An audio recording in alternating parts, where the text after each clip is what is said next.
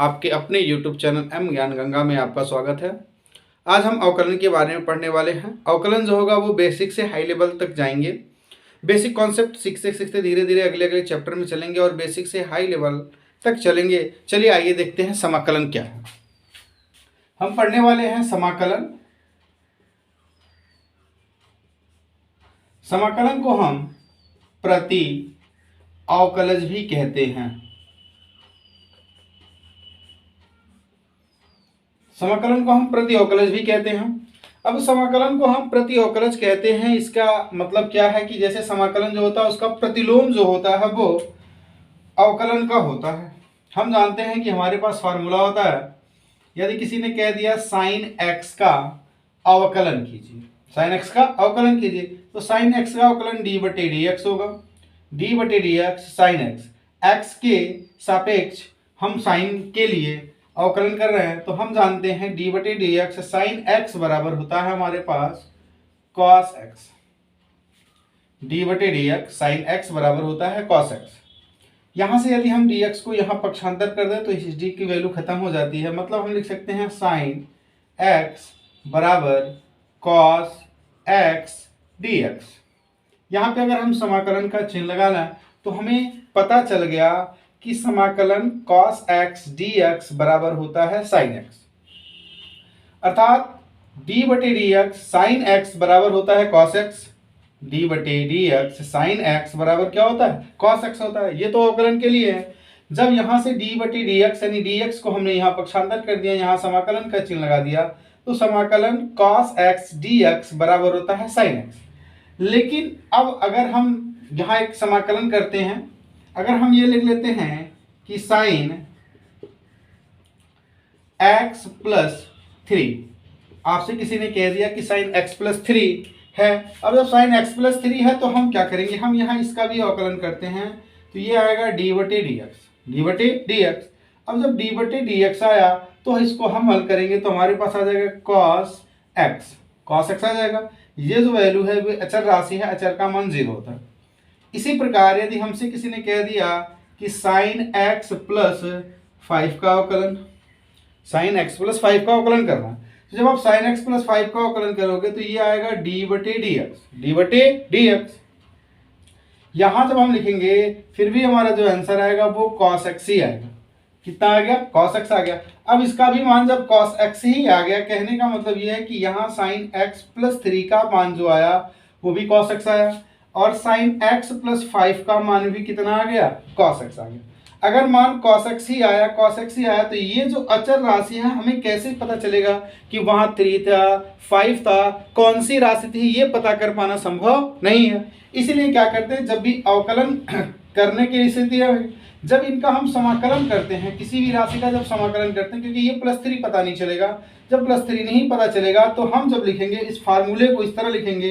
अगर हम लिखते हैं समाकलन cos x, समाकलन cos x dx बराबर हमारे पास आ जाएगा, यहाँ लिखा है cos x dx बराबर होता है sin x, sin x, और ये आ जाता है प्लस का c, sin x plus c। ये c क्या है, ये c क्या है, ये c ये अचर राशि है, क्योंकि ये पता कर पाना संभावना है कि ये 3 होगा कि ये 5 होगा, ये पता कर पाना संभव नहीं है कि ये 3 होगा कि कितना होगा, 5 होगा। इसलिए हम एक अचर राशि और वो राशि क्या जोड़ देते हैं, c जोड़ देते हैं। दूसरी बात, अब ये हमारा एक बहुत ही बेसिक कॉन्सेप्ट है कि जब भी किसी का समाकलन करते हैं, जब भी किसी का समाकलन करते हैं तो उस समाकलन में एक अचर राशि c जोड़ देते हैं, क्योंकि यहाँ से आपको दिखाई दे रहा है कि यहाँ करना, अगर हम यहाँ अवकलन समाकलन का चिन्ह लगा दें, ये dx करें, जब हम इधर करेंगे तो ये हमें इस 5 और 3 का मतलब नहीं पता चल पाएगा कि 5 था 3 था 7 था,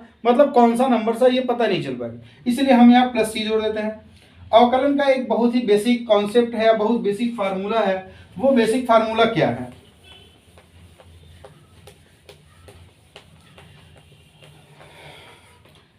अवकलन का एक बहुत ही बेसिक कॉन्सेप्ट है, वो होता है x पे पावर n d बटे डी एक्स, एक्स पे पावर n बराबर होता है n x पे पावर n माइनस 1। ये बहुत ही बेसिक कॉन्सेप्ट है, बहुत ही बेसिक फार्मूला है अवकलन का।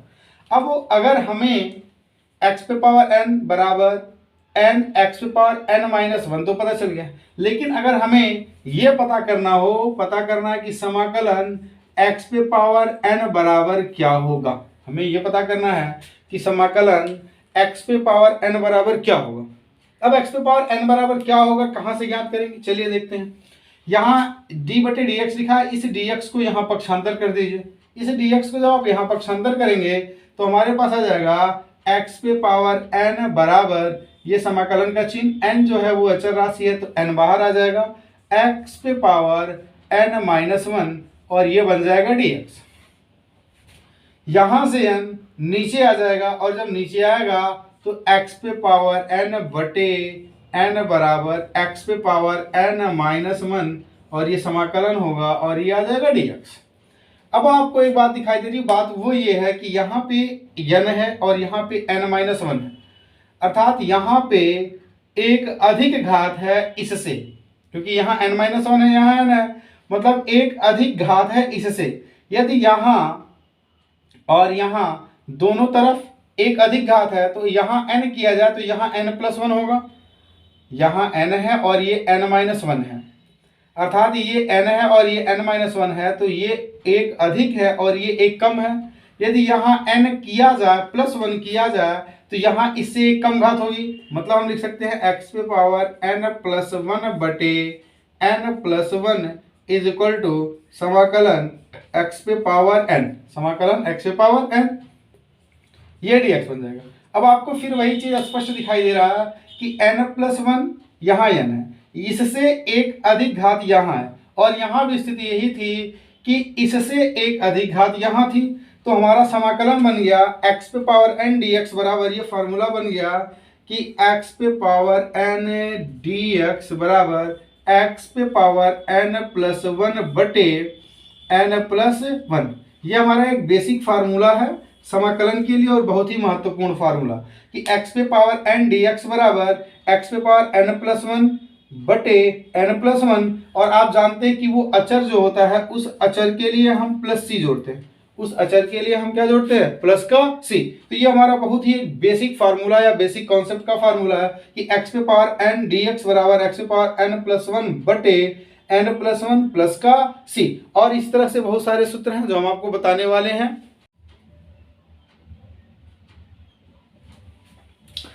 देखिए अब मैं आपको कुछ फार्मूले हैं जो बता दे रहा हूं, देखिए लिखा हुआ है। पहला फार्मूला है x पे पावर n dx बराबर x पे पावर n प्लस वन बटे x plus one plus c. दूसरा है e पे पावर x dx बराबर e पे पावर x प्लस सी। तीसरा है 1 बटे x बराबर log mod of x plus c. चौथा है e पे पावर ax बराबर 1 बटे a e पे पावर ax प्लस सी। पांचवा है साइन x dx बराबर माइनस कॉस x प्लस सी। छठा है समाकलन cos x dx बराबर sin x प्लस सी। सातवां है sec स्क्वायर x dx बराबर tan x प्लस सी। आठवां है cosec x into cos x dx बराबर माइनस cosec x प्लस सी। नौवां है cosec स्क्वायर x dx बराबर माइनस cot x प्लस का सी। और दसवां है tan x dx बराबर log mod of sec x plus C या minus log mod of cos x plus C. समाकलन 11वां है समाकलन cot x dx बराबर log mod of sin x plus C. 12वां है cosec x dx बराबर log mod of tan x by two plus C या log mod of cosec x minus cot x plus का C. 13वां है समाकलन sec x dx बराबर log sec x plus tan x plus C या log tan pi by four plus X by two और plus का C. ये हमारे पास 13 फार्मूले हैं। इन फार्मूलों के अलावा और अन्य बहुत सारे फार्मूले हैं। चलिए इसके बाद इस प्रश्नावली को हल करते हैं। प्रश्नावली के हल करने के लिए हम देखते हैं प्रश्नावली को हल करने के लिए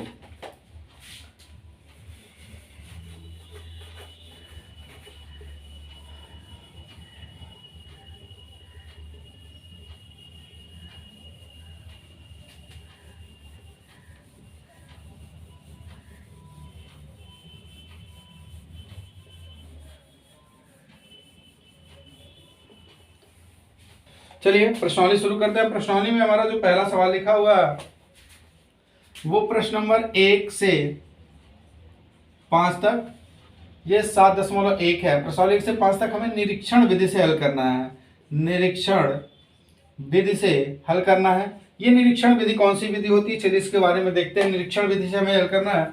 सवाल नंबर 1 हमारा लिखा हुआ है sin 2x।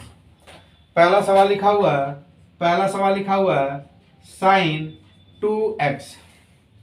हमें इसका समाकलन करना है, लेकिन जो हमारी विधि है वो विधि ये है कि हमें निरीक्षण विधि से हल करना है। निरीक्षण विधि का मतलब क्या होता है? निरीक्षण विधि का अर्थ ये है कि किस फलन का ये अवकलन है। हमें ये पता करना है कि ये किस फलन का अवकलन हुआ होगा।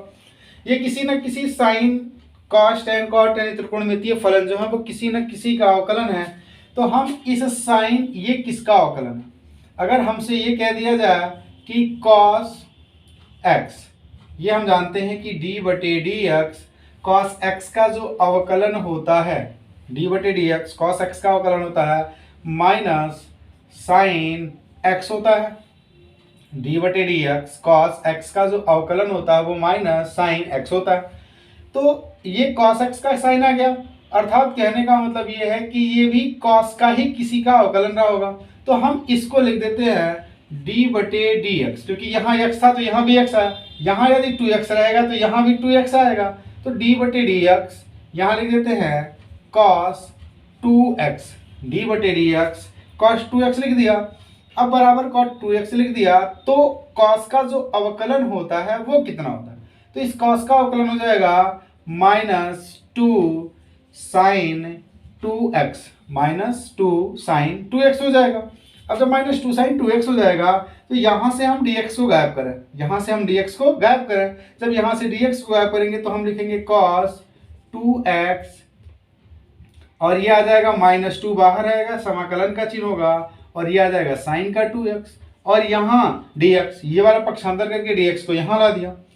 अब यहाँ sin 2x तो आ गया, समाकलन का चिन्ह भी आ गया, लेकिन यहाँ 2 बच गया, माइनस बच गया। इसको यहाँ लाएंगे, जब पक्षांतर करेंगे, ये गुणे में है, पक्षांतर होगा तो भाग बनेगा। यहाँ लिखेंगे -1/2 cos 2x, -1/2 cos 2x बराबर ये समाकलन है sin 2x dx का। अर्थात कहने का मतलब कि निरीक्षण विधि में हमें ये पता करना होता है कि जो हमारा फलन दिया है समाकलन करने के लिए वो किसका अवकलन है। पता ये करना होगा कि जो फलन हमें दिया हुआ है वो किसका अवकलन है। तो हमने ये पता कर लिया cos x का अवकलन जो होता है वो माइनस साइन x होता है। तो ये 2 sin 2x लिखा है तो ये cos 2x रहा होगा। cos 2x का जब अवकलन किया तो -2 sin 2x आ गया। अब यहाँ से dx को हटा दिया, dx को जब यहाँ से हटाया तो दूसरी तरफ गया और यहाँ समाकलन का चिन्ह लगा दिया, ये गुणे के रूप में पक्षांतर हो गया, हल हो गया। अब हमें एक बात पता चल गया, ये हो गया कि समाकलन sin 2x dx, समाकलन sin 2x dx, समाकलन sin 2x dx बराबर आ जाएगा -1/2 और cos का 2x और इसमें प्लस c जोड़ देते हैं, तो यहाँ जोड़ देंगे प्लस का c। ये हमारा आंसर बन जाएगा किस तरीके से? निरीक्षण विधि से। चलिए सवाल नंबर 2 देख लेते हैं।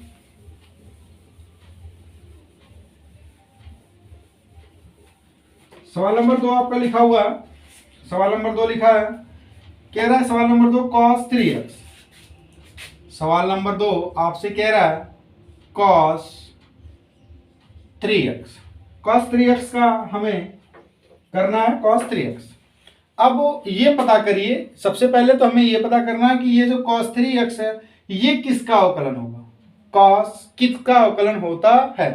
तो ये cos किसका अवकलन होता है, तो हम जानते हैं d/dx sin x, d/dx sin x का जो अवकलन होता है वो हो जाता है cos x, d/dx sin x का अवकलन होता है cos x। तो जब ये cos x होता है तो यहाँ 3x है, तो इस x की जगह हम 3x लिख दें, तो हम यहाँ लिख सकते हैं d/dx और यहाँ लिखेंगे ये साइन का cos आता है तो यहाँ लिखेंगे हम sin 3x, इसका जब अवकलन करेंगे तो इसका अवकलन होगा 3 cos 3x, इसका अवकलन हो जाएगा 3 cos 3x। अब इसे आप क्या करेंगे, यहां से dx हटाएंगे, dx यहां लेके जाएंगे, तो हम लिखेंगे sin 3x बराबर 3 समाकलन ये आ जाएगा cos 3x और ये आ जाएगा dx। यहाँ से dx हटा के यहाँ कर दिया।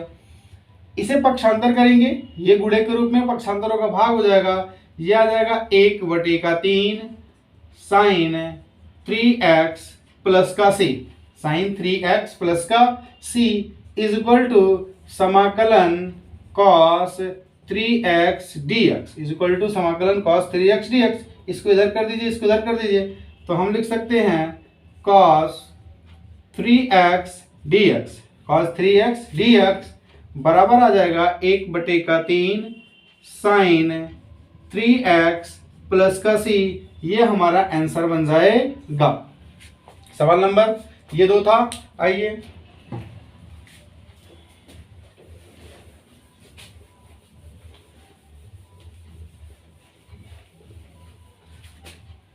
चलिए सवाल नंबर 3 लगाते हैं। सवाल नंबर 3 लिखा हुआ है e पे पावर 2x। क्वेश्चन नंबर 3 लिखा हुआ है e पे पावर 2x। इसको हमें हल करना है। अब ये किसका अवकलन है? क्योंकि हमें पता है कि हम जानते हैं d/dx e पे पावर x का जो अवकलन होता है वो e पे पावर x ही होता है। d/dx e पे पावर x का जो अवकलन होता है वो वही होता है, e पे पावर x ही होता है। अब जब ये e पे पावर x ही है तो यहाँ e पे पावर 2x दे दिया, इसका अवकलन करते हैं तो यहाँ लिखेंगे d/dx e पे पावर 2x, d/dx e पे पावर 2x। अवकलन करेंगे तो हमारे पास आ जाएगा 2 e पे पावर 2x। d/dx e पे पावर 2x का जो अवकलन आएगा वो आएगा 2 e पे पावर 2x। यहाँ से dx हटाएंगे, जब यहाँ से dx हटाएंगे तो ये वाला dx यहाँ आ जाएगा, तो यहाँ लिखेंगे e पे पावर 2x बराबर, ये 2 बाहर कर देंगे क्योंकि अचर है, और ये आ जाएगा e पे पावर x 2x और यहाँ आ जाएगा dx। अब ये 2 है, पक्षांतर कर देंगे, इसे जब पक्षांतर करेंगे तो ये आ जाएगा 1/2 e पे पावर 2x, 1/2 e पे पावर 2x। और क्या बचेगा हमारे पास? और बचेगा क्या? हमारे पास हो जाएगा समाकलन e पे पावर 2x और ये आ जाएगा dx। जब ये हो जाता है तो फिर यहाँ से जब dx हटा दिया, इधर कर दिया, तो यहाँ प्लस का c जोड़ देते हैं। अब हमारा आंसर बन जाएगा e पे पावर 2x dx, e पे पावर 2x dx बराबर आ जाएगा 1/2 e पे पावर 2x प्लस का c। ये आंसर हो गया क्वेश्चन नंबर 3। चलिए क्वेश्चन नंबर 4 लगाते हैं। क्वेश्चन नंबर 4 आपसे क्या कह रहा है? क्वेश्चन नंबर 4 आपसे कह रहा है ax प्लस b का whole square, ax plus b का होल स्क्वायर। अब हमें यह पता करना है ये किसका अवकलन रहा होगा, क्योंकि स्क्वायर है तो ये स्क्वायर है, मतलब अवकलन हुआ होगा तो इसके 3 घात रहे होंगे, क्योंकि x पे पावर n से कटेगा, अर्थात इसकी जगह जो मान रहा होगा वो रहा होगा d/dx। अब हम अवकलन करते हैं a पे पावर x प्लस b का होल स्क्वायर, a पे पावर x प्लस b का होल स्क्वायर। यहाँ होल स्क्वायर का करेंगे तो होल स्क्वायर है तो 1 आएगा, यहाँ पे कितने घात का करेंगे? 3 घात का, क्योंकि जब 3 घात का करेंगे तो x पे पावर n-1 अर्थात d/dx x पे पावर n वाले फार्मूले से होगा n x पे पावर n-1। अब n-1 होगा मतलब ये है कि यहाँ 3 में से 1 घटाएंगे तो 2 आ जाएगा, ये वाला मान आ जाएगा। जब इसका अवकलन करेंगे तो ये आएगा a, ये आ जाएगा a और ax प्लस b का होल स्क्वायर। इसका अवकलन करेंगे तो ये आ जाएगा a और ax प्लस b का होल स्क्वायर। तो हमें इसी का तो समाकलन करना है। यहाँ से इस dx को हटाएं, dx को हटाएंगे तो dx यहाँ आ जाएगा और समाकलन का चिन्ह लगा लेंगे तो हमारे पास आ जाएगा ax प्लस b का क्यूब बराबर, जहाँ से क्या करेंगे a अचर राशि है बाहर निकाल देंगे, इसको लिखेंगे ax प्लस b का whole square, ax plus b का होल स्क्वायर। इसे जब पक्षांतर करेंगे तो ये भाग बन जाएगा और जब यहाँ आ जाएगा तो लिखेंगे 1/a और ax प्लस b का होल क्यूब प्लस का c इज इक्वल टू समाकलन ax प्लस बी का होल स्क्वायर। अभी यहाँ से dx था, dx जब उधर करेंगे तो ये हमारे पास आ जाएगा dx, यहाँ भी आ जाएगा dx। अर्थात हमें पता चल गया कि क्या हुआ, हमें पता चल गया कि समाकलन a पे पावर x प्लस बी का होल स्क्वायर dx बराबर ये होता है 1/a प्लस बी का होल क्यूब प्लस का c।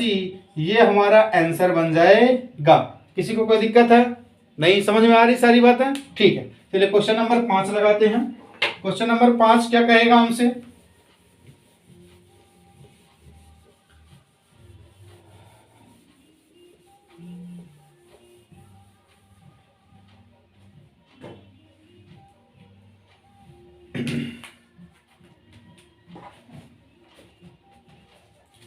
क्वेश्चन नंबर 5 आपसे कह रहा है, क्वेश्चन नंबर 5 कह रहा है साइन 2x, यहां लिख देंगे साइन 2x माइनस 4e पे पावर 3x। ये क्वेश्चन नंबर 5 आपसे कह रहा कि साइन, क्वेश्चन नंबर 5 आपसे कह रहा कि साइन 2x माइनस 4e पे पावर 3x को हमें हल करना है। ये हल करेंगे तो इसको एक अलग भाग में तोड़ लेते हैं और इसको एक अलग भाग में तोड़ लेते हैं, दोनों को हल करके फिर उसमें मिला दिया जाएगा। तो यहां लिखेंगे साइन 2x, साइन 2x। जब यहां साइन 2x लिखेंगे तो फिर हमारी स्थिति क्या आएगी? साइन 2x होगा, और जब साइन 2x होगा तो हम जानते हैं साइन किसका होता है? कॉस का होता है। साइन किसका होता है? कॉस का होता है। तो हम यहां लिखेंगे, हम इसका समाकलन करने जा रहे हैं, यहां आ जाएगा cos 2x d बटे dx cos 2x बराबर आएगा 2 साइन 2x, बराबर आएगा 2 साइन 2x। अब 2 साइन 2x आ गया तो फिर यहां से क्या करेंगे? ये कॉस है, कॉस का जो अवकलन होता है वो होता है माइनस 2 साइन 2x। यहां से dx गायब करेंगे तो यहां आ जाएगा, तो यहां लिखेंगे cos 2x बराबर, cos 2x बराबर ये आ जाएगा माइनस 2 समाकलन का चिन्ह, और ये आ जाएगा साइन 2x। यहां से dx पक्षांतर कर दिया, dx यहां आ गया। इसको जब इधर करेंगे तो हमारे पास आ जाएगा माइनस 1/2 cos 2x बराबर समाकलन ये आ जाएगा साइन 2x dx। प्लस सी हमेशा जोड़ते हैं तो प्लस सी यहां जोड़ देंगे, ये आ जाएगा। ये समीकरण नंबर 1 बन गया, और हमें पता चल गया कि साइन 2x dx का जो मान होगा वो माइनस 1/2 cos 2x प्लस सी होगा। यहाँ दो फलन माना है इसलिए c को c1 बना देते हैं। c को क्या बना देना है? c1। इसको हल करेंगे तो ये तो जैसे है वैसे रहने दें। e पे पावर 3x, e पे पावर 3x जब लिखेंगे तो e पे पावर 3x का जो अवकलन होगा वो कितना होगा? यहां लिख लेते हैं d बटे dx e पे पावर 3x बराबर लिखेंगे 3e पे पावर 3x, 3e पे पावर 3x। तो यहां से dx हटाया तो e पे पावर 3x बराबर 3 समाकलन e पे पावर 3x, और ये आ जाएगा dx। इसको यहां पक्षांतर कर देंगे, e पे पावर 3x बटे 3, e पे पावर 3x बटे 3 बराबर समाकलन e पे पावर ये आ जाएगा 3x, और ये dx प्लस c जोड़ते हैं तो प्लस c जोड़ लेंगे, यहाँ c1 है तो यहाँ c2 जोड़ लेंगे। ये बन गया समीकरण नंबर 2। अब समीकरण 1 और 2 के मान इसे समीकरण में रख दें, यहाँ समाकलन का चिन्ह लगाएं और यहाँ लिख देते हैं dx।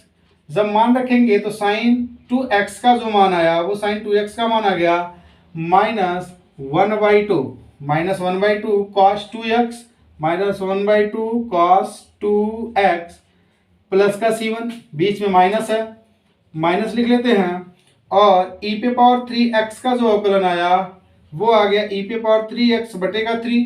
तो यहाँ लिख लेंगे 4/3, 4/3, और e पे पावर 3x प्लस का c2, क्योंकि यहाँ जो मान था वो c1 था और यहाँ c2 है, लिख लेते हैं minus 1/2 cos 2x minus 4/3 e पे power 3x plus c1 plus c2। यहाँ लिख देते हैं c1 plus c2 is equal to c, c1 plus c2 is equal to c लिखेंगे तो minus 1/2 cos 2x minus 4/3 e पे पावर 3x प्लस का c, ये हमारा आंसर बन जाएगा क्वेश्चन नंबर 5 का।